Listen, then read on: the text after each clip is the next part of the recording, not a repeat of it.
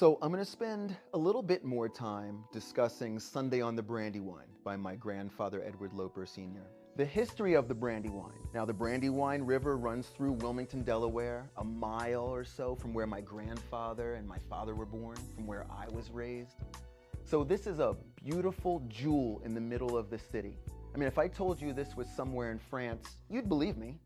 The shapes, the movements going on here are all things that are very unlike a river on the East Coast. So it's a very precious place, and without this influence, this nature, this beauty, the Loper legacy would be completely different. What you're looking at right here is this man-made channel, and what that channel did was, during Revolutionary war times, they were making gunpowder upstream and it had to be brought downstream. So this little side channel is this beautiful, flowing, gliding water that's very smooth and was used to bring volatile chemicals down on the side of the river. So the history, the roots of this area, have that French influence and deep history. So it's been it's a very intriguing place in Wilmington. As I mentioned, this jewel in the middle of the city that, if you ever visit this area, you will have on any kind of day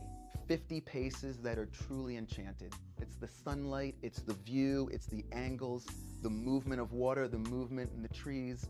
It's something that's going to connect, and you'll connect with this image.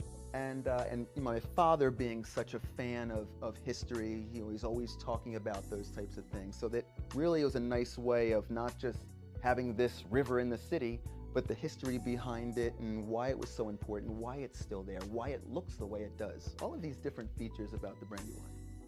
My dad and my grandfather have done hundreds of paintings at the Brandywine. I mean, major inspiration.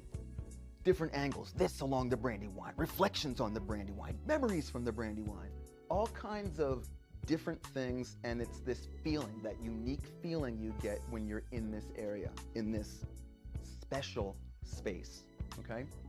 So, as a child, where this particular image comes out. Now, we're at the Buren Street Bridge here. The Brandywine Art Festival, which happens every summer, is on the other side of the Brandywine. And as a child, my father would bring me up Park Drive, and we would see my grandfather out here with all of his students. He'd have all of his students out in the easels, and they're all spaced out looking in the same direction, undoubtedly with the same subject.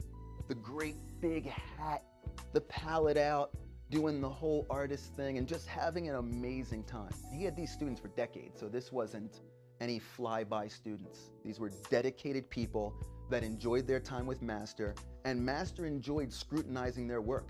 I mean, that was the way my grandfather was. It didn't come with soft curves. It came directly at you, and he challenged you to look at the world and say, what color do you see there?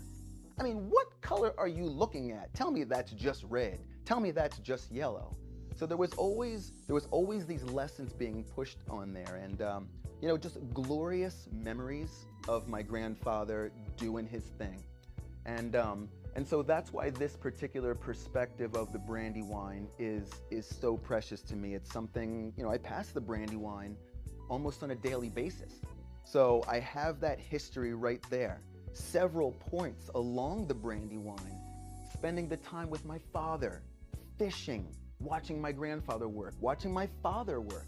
It's just a very special space. And to be able to look at this image every day, to set eyes on it, brings all of that back and keeps this legacy very real. And it keeps me in touch with the roots of it.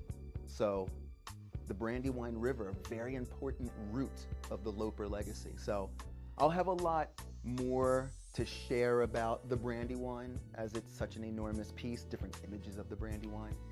So stay tuned for that. More to come with the Loper legacy.